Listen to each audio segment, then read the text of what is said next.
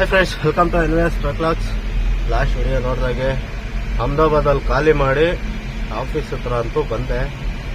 Office ಹತ್ರ ಬಂದು 4 ದಿನ ಆಯಿತು ಗುರು. 4 ದಿನದಿಂದ ಲೋಡಿಂಗ್ ಇಲ್ಲ. ಬಟ್ ಆ ಕಡೆಯಿಂದ ಬಂದಿರೋದು ಕಂಡಮ್ ಬಾಡಿಗೆ, ಅಂದರೆ ಸುಮ್ಮನೆ ಡೀಸೆಲ್ಗೆ ಖರ್ಚಿಗೆ ಅಷ್ಟೇ. ಈ ಕಡೆಯಿಂದ ಏನಾದರೂ ರಿಪೋರ್ಟ್ ಮಾಡ್ಕೊಳೋಣ ಅಂತ, 1-2 ದಿನ ಇದ್ದಾದರೂ ಒಳ್ಳೆ ರಿಪೋರ್ಟ್ ಮಾಡ್ಕೊಳೋಣ ಅಂತ ಇದ್ದೀನಿ. ಬಟ್ ಈ ಹಬ್ಬ ಬಂತು, ಬಕ್ರೀದ್ ಹಬ್ಬದಿಂದ ನೋಡಾಗಿಲ್ಲ. ನೋಡಬೇಕು, ಇನ್ನು ಮಂಗಳವಾರ ಬುಧವಾರ ಯಾವುದಾದ್ರೂ ಮಾಡ್ಕೊಂಡು ಹೋಗೋಣ. ಯಾವುದೊಂದು ಡಬಲ್ ಲೋಡ್ ಮಾಡ್ಕೊಂಡೋದ್ರೆ ಒಂದಷ್ಟೇನಾದರೂ ಉಳಿಯುತ್ತೆ, ಇಲ್ಲಾಂದರೆ ಅದು ಉಳಿಯಲ್ಲ. ಸಿಂಗಲ್ ಲೋಡ್ಗಳೇನೋ ಬರ್ತಾ ಇದ್ದಾವೆ, ಸಿಂಗಲ್ ಲೋಡ್ ಬಂದರೆ ಏನೂ ಉಳಿಯಲ್ಲ. ಅದರಿಂದ ಡಬಲ್ ಲೋಡೇ ಮಾಡ್ಕೊಂಡು ಹೋಗೋಣ ಅಂತ 3 ದಿನ ಆಯಿತು ಇದ್ದೀನಿ. ಯಾರು ಅಣ್ಣವರು ಅಣ್ಣ ನಿಮ್ಮ ಗಾಡಿ ಮೈಲೇಜ್ ಎಷ್ಟು ಬರುತ್ತೆ ಅಂತ ಕೇಳಿದ್ರು. ಅಣ್ಣ ನಮ್ಮ ಗಾಡಿ ಮೈಲೇಜು 12 ಟನ್ಗೆ 5.1 2 ಬರ್ತಾ ಇದೆ ಅಷ್ಟೇ. ಇನ್ನು ಆಯಿಲ್ ಸರ್ವಿಸ್ ಆಗಿಲ್ಲ. ಆಯಿಲ್ ಸರ್ವಿಸ್ ಆದಮೇಲೆ ಏನಾದರೂ ಬರುತ್ತೇನೋ ಗೊತ್ತಿಲ್ಲ, ನೋಡಬೇಕು. ಬಟ್ ಖಾಲಿ ಗಾಡಿ ಮಾತ್ರ 6.2 6.3 ಬರುತ್ತೆ ಅಣ್ಣ ಮೈಲೇಜು. ಖಾಲಿ ಗಾಡಿ ಒಂದು 4 ಟನ್ 5 ಟನ್ನು ಒಳಗಡೆ ಇದ್ದರೆ ಒಂದು 6 6.2 3 ಈ ಥರ ಬರುತ್ತೆ. ಲೋಡಿಂಗ್ ಬಗ್ಗೆ ಬಾಡಿಗೆ ಹೇಳಿ ಬ್ರೋ ಅಂತ ಕಮೆಂಟ್ ಮಾಡ್ತಾರೆ. ಬ್ರೋ ಬಾಡಿಗೆ ಎಲ್ಲ ಹೇಳೋದಕ್ಕೆ ಬೇಡ ಅಂತ ನಾನೇ ಹೇಳಲ್ಲ, ಯಾಕೆಂದರೆ ಸ್ವಲ್ಪ ಪ್ರಾಬ್ಲಮ್ಮು. ಆ ಸಮಯ ಬಂದಾಗ ಹೇಳ್ತೀನಿ. ಇನ್ನೂ 1-2 ದಿನ ಬಾಡಿಗೆ ಏನು ಹೇಳಲ್ಲ ಅಷ್ಟೇ. ಇನ್ನು ಇವತ್ತು ಇನ್ನು ಭಾನುವಾರ, ನಾಳೆ ಹಬ್ಬ. ಮಂಗಳವಾರ ಆಗಲಿ ಬುಧವಾರ ಆಗಲಿ ಲೋಡು ಯಾವ್ದಾದ್ರು ಮಾಡ್ಕೊಂಡು ಬರೋಣ. ಸಿಂಗಲ್ ಲೋಡ್ಸ್ ಏನೋ ಬರ್ತಾ ಇದ್ದಾವೆ. ಸಿಂಗಲ್ ಲೋಡ್ ತಗೊಂಡ್ರೆ ಏನು ವರ್ಕೌಟ್ ಆಗಲ್ಲ. ಸುಮ್ಮನೆ ಎಷ್ಟು ದಿನ ಇದ್ದು ಸಿಂಗಲ್ ಲೋಡ್ ತುಂಬಬೇಕು ಅಂದರೆ ಸ್ವಲ್ಪ ಬೇಜಾರು. ಅದರಿಂದ ಡಬಲ್ ಲೋಡೇ ಹಾಕ್ಕೊಳ್ಳೋಣ ಅಂದ್ಬಿಟ್ಟು ಕಾಯ್ಕೊಂಡಿದ್ದೀನಿ. ನೋಡೋಣ, ಇನ್ನೂ 2-3 ದಿನ ಇಲ್ಲೇ ಇರೋದೆ ಬರೋಡದಲ್ಲಿ, ನಿಂತ್ಕೊಂಡು ಹೋಗೋಣ ಅಂತೆ. ಪ್ಲೀಸ್ ಯಾರು ಹೊಸದಾಗಿ ನೋಡ್ತಾ ಇದ್ದಾರೆ ಎಲ್ಲ ಸಬ್ಸ್ಕ್ರೈಬ್ ಮಾಡ್ಕೊಳ್ಳಿ, ಲೈಕ್ ಮಾಡಿ, ಕಮೆಂಟ್ ಮಾಡಿ. ಗುರು ಬೆಳಗ್ಗೆ ಎದ್ದೇಳೋದು, ಆಫೀಸ್ ಬರೋದು, ಅದೇ ಮಕ್ಕಳು ನೋಡೋದು. PSP ನೋಡಿ ಇದ್ದಾನೆ. ಇದೇ ಆಯಿತು 4-5 ದಿನದಿಂದ.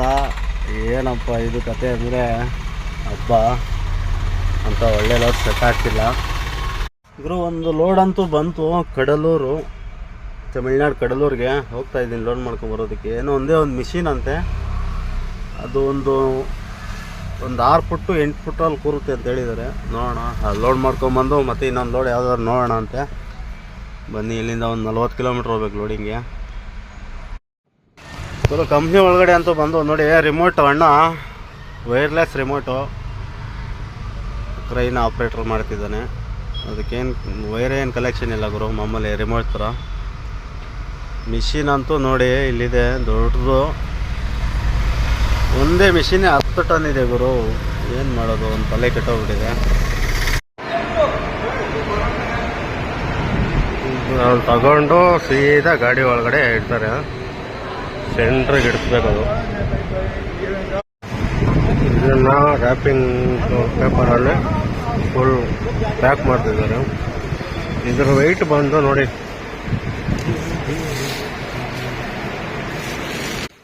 ಕರೆಕ್ಟಾಗಿ 10 ಟನ್ ಇದೆ ಗುರು ಮಿಷಿನ್ ಮಾತ್ರ. ಮತ್ತು ಸ್ಟ್ಯಾಂಡು ಕೆಳಗಡೆ ಅದೊಂದು 500 kg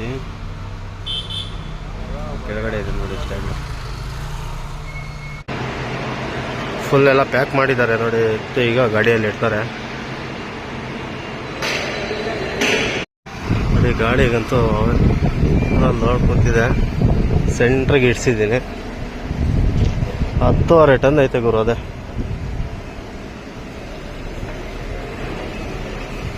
ಒಂದೇ ಮಿಷಿನೇ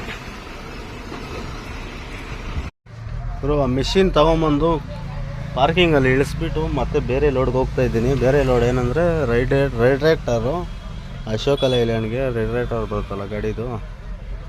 ನೋಡಿ ಇಲ್ಲಿ ಬರೋಡಾದಲ್ಲಿ ಆರ್ಚ್ ಸೂಪರಾಗಿ ಕಟ್ಟಿದ್ದಾರೆ. ಆರ್ಚ್ ಅಂದರೆ ಏನೋ ಒಂಥರ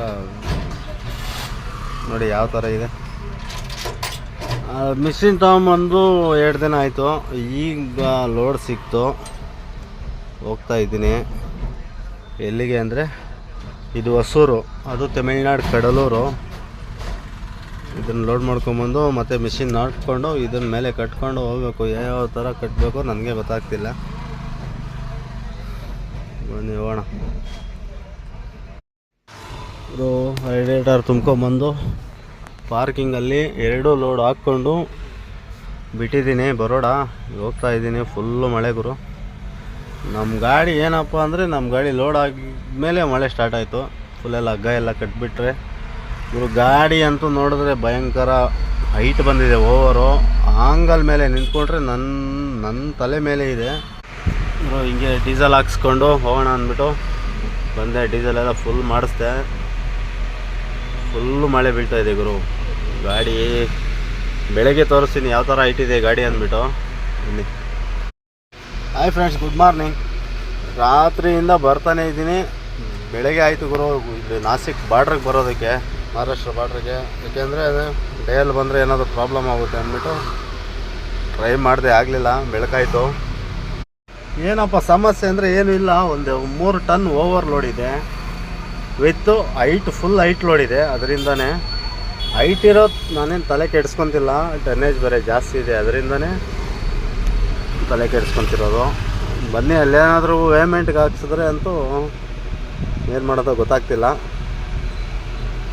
ಬನ್ನಿ ಏನಾಗುತ್ತೋ ನೋಡೋಣ. ನಮಗೆ ಇವರು RTO ಹತ್ರ ನಿಲ್ಲಿಸ್ಬಿಟ್ಟು ಹೋದೆ. ಅವರು ಏನು ಗಾಡಿ ಸಹ ನೋಡಲಿಲ್ಲ. 100 ರೂಪಾಯಿ ಎಂಟ್ರಿ ಕೊಟ್ಬಿಟ್ಟು ಬಂದುಬಿಟ್ಟೆ. ನೋಡಿ ವ್ಯೂ ನೋಡಿ, ಸೂಪರಾಗಿದೆ ಘಾಟಲ್ಲಿ. ಆರಾಮಾಗಿ ಹೋಗೋಣ. ಮತ್ತು ಇನ್ನು ಪಂಡ್ರಾಪುರ ಬಾರ್ಡ್ರಲ್ಲಿ ಅಲ್ಲೇನು ಜಾಸ್ತಿ ತಲೆ ಕೆಡಿಸ್ಕೊಳಂಗಿಲ್ಲ. ಕಾಟಾಗಿ ಹಾಕಿದ್ರೆ ಅಡ್ಜಸ್ಟ್ಮೆಂಟ್ ಇರುತ್ತೆ, ಅಲ್ಲಿ ಅಡ್ಜಸ್ಟ್ಮೆಂಟ್ ಮಾಡ್ಕೊಂಡು ಹೋಗೋಣ. ಬನ್ನಿ. Nashik ghat full jam.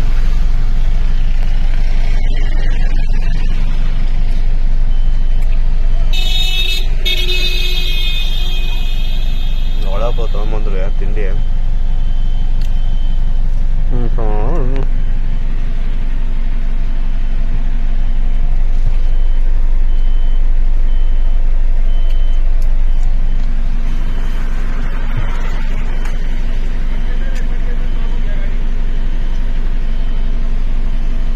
ಘಾಟ್ ಅಂತೂ ಫುಲ್ ಜಾಮ್ ಆಗೋಯ್ತು. ಮಧ್ಯಾಹ್ನ ಆಗುತ್ತೆ ನೋಡ್ಬೇಕು ಹೊರಗಡೆ ನಾಸಿಕ್ ಒಳಗಡೆ ಗುರು. ಘಾಟ್ ಅಂತೂ ನೋಡಿ ಸಿಕ್ಕಾಪಟ್ಟೆ ಜಾಮು.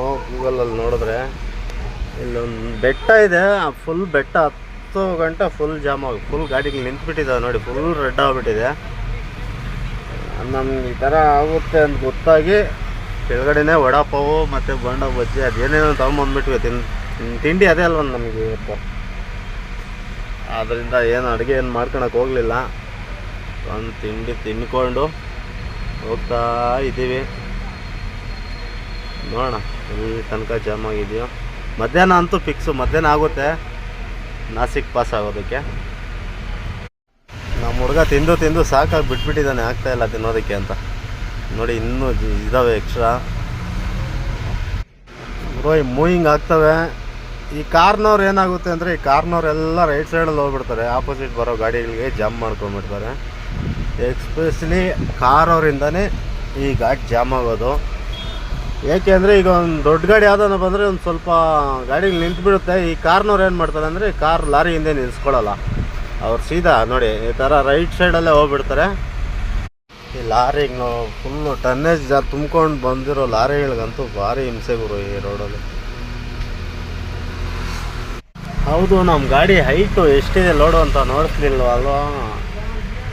ನೋಡಿ ತೋರಿಸ್ತೀನಿ ಎಷ್ಟು ಹೈಟ್ ಇದೆ ಅಂತ. ಗಾಡಿ ಭಯಂಕರ ಹೈಟ್ ಇದೆ ಗುರು. ನೋಡಿ ರೈಟರು ಎಲ್ಲ ಪ್ಯಾಲೆಟ್ ಹೈಟ್ ಪ್ಯಾಲೆಟು ಆಂಗಲ್ ಮೇಲೆ ನನ್ನ ಹೈಟ್ ಇದೆ ಗುರು.